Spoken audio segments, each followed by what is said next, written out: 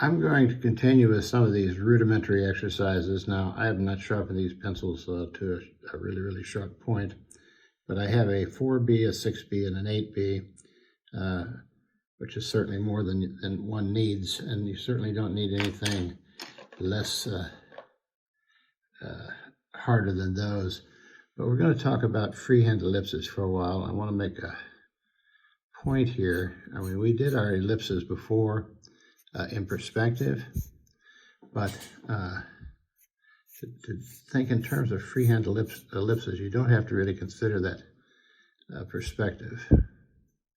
What you do need to consider, always go from point to point, keep your mouth shut so that your breathing is consistent. What you do have to consider is that in doing this, your center line will not be there because we're going to simulate a little bit of perspective. So your center line is going to be behind this center. In other words, if I make this point here and I make this point here, there's my center, but we're going to go slightly behind that point to create our ellipse. So we're behind this center point. Now, we're really going to do these very loose and freehand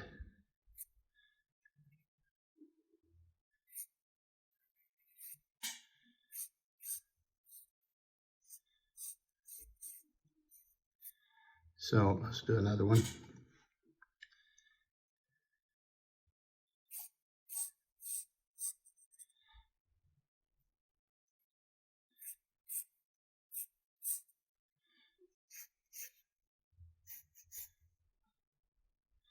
Like I said, that's going to be your center, but we're going to go behind that center point slightly. And then we will clear that. And this simulates our putting all of these into an individual perspective, which is not necessary for freehand drawing. One more.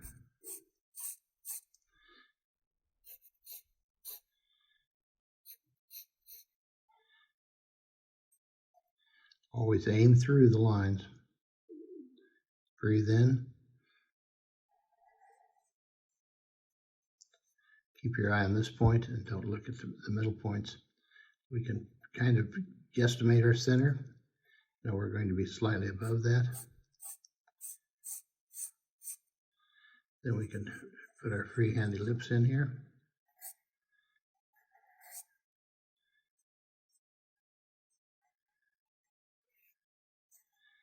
So this becomes a simpler way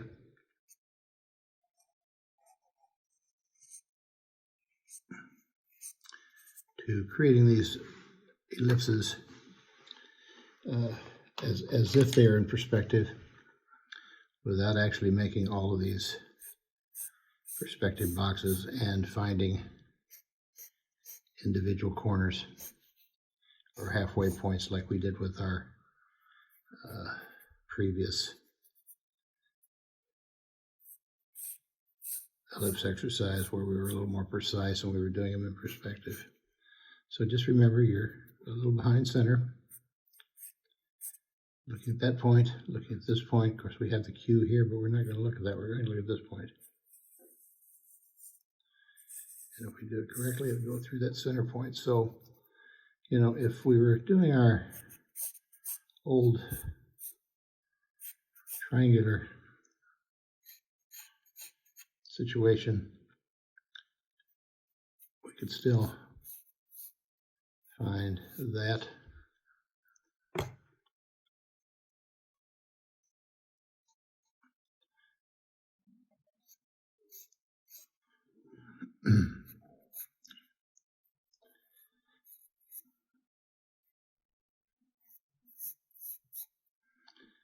So it just makes it a lot cleaner that we don't have to deal with that, and it makes it a lot simpler to do these really skinny ellipses because we don't have so much clutter of lines to deal with. And once again, this is all about freehand drawing. This is not about mechanical drawing, so we're slightly in back of center. I want to find this point.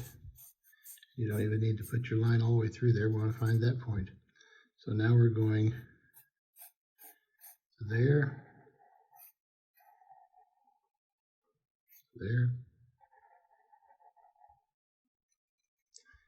And once again, you really concentrate on emphasizing where something happens.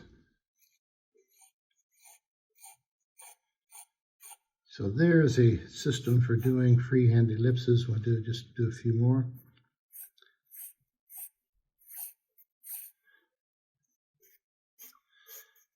Then I'm going to show you some additional information here to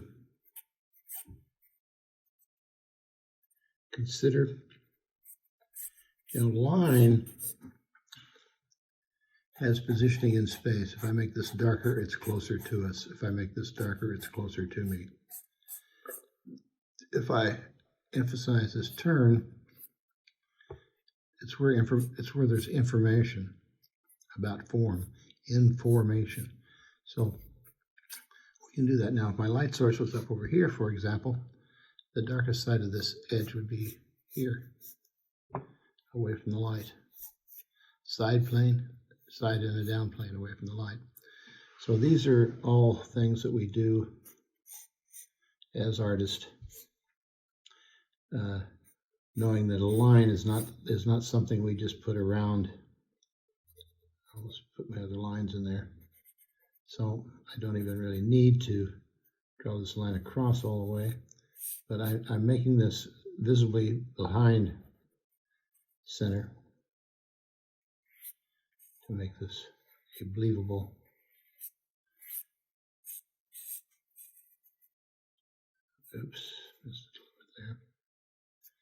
a believable ellipse.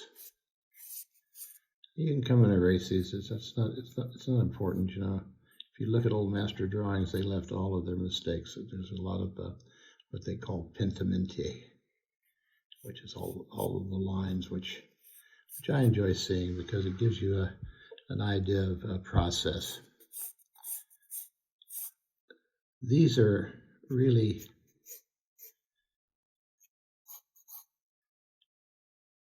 eye-hand coordination kinds of exercises. There again, above center.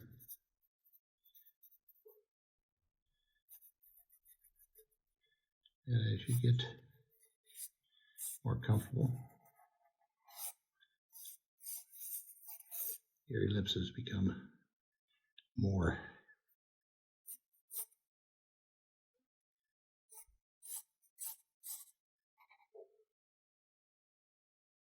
precise.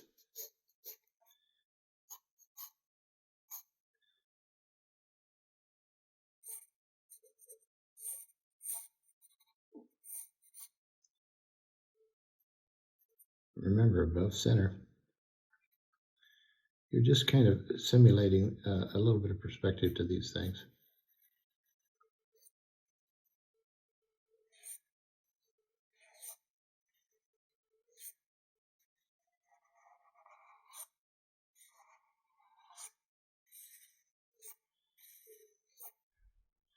And of course, if this becomes a coffee cup,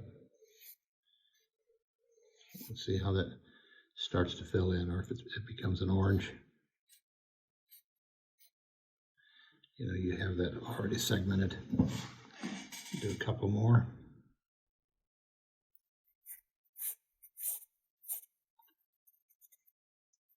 Know where you're starting, know where you're going.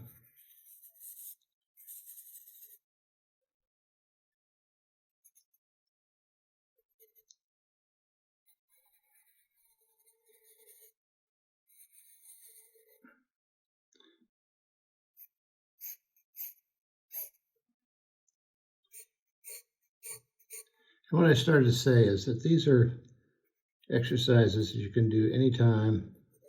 They do not take much time, and you know, we get better by putting mileage on our equipment, on our pencils, and on our paintbrushes. You know, I have, so as you around that curve, I want you to come around. You can start to speed that up. And around that curve, come around, you can speed that up. So,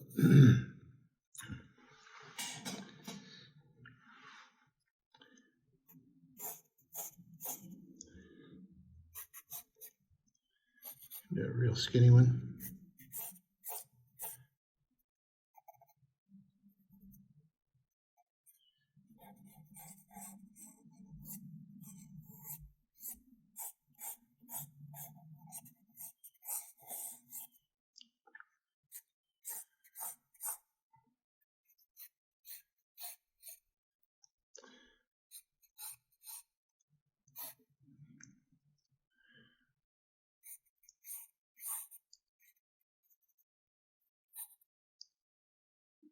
So that's my center, then I've got to be behind center.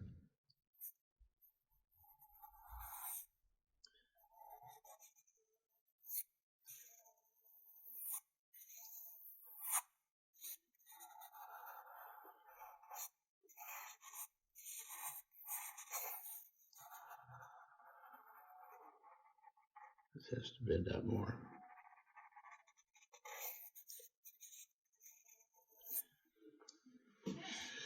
So those are the exercises on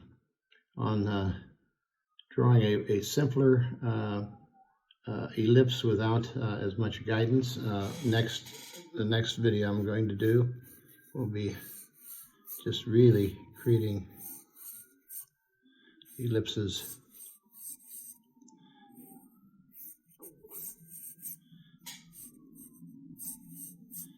in space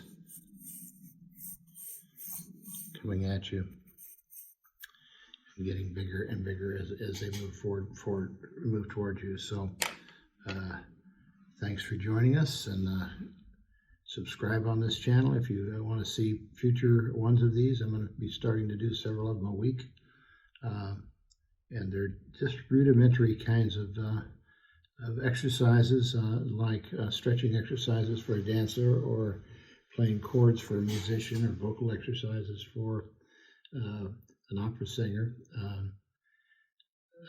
I should mention that these are a lot of basic elements, or rudimentary elements, and you're actually only as good as the simplest elements that you need to. Let me rephrase that. If you don't master the basics, you're done. You can't master anything else. You won't become a master of your craft. So it's all about the basics in any art form, whether it's dance, singing, playing a musical instrument, or what have you. So once again, please subscribe. Thank you.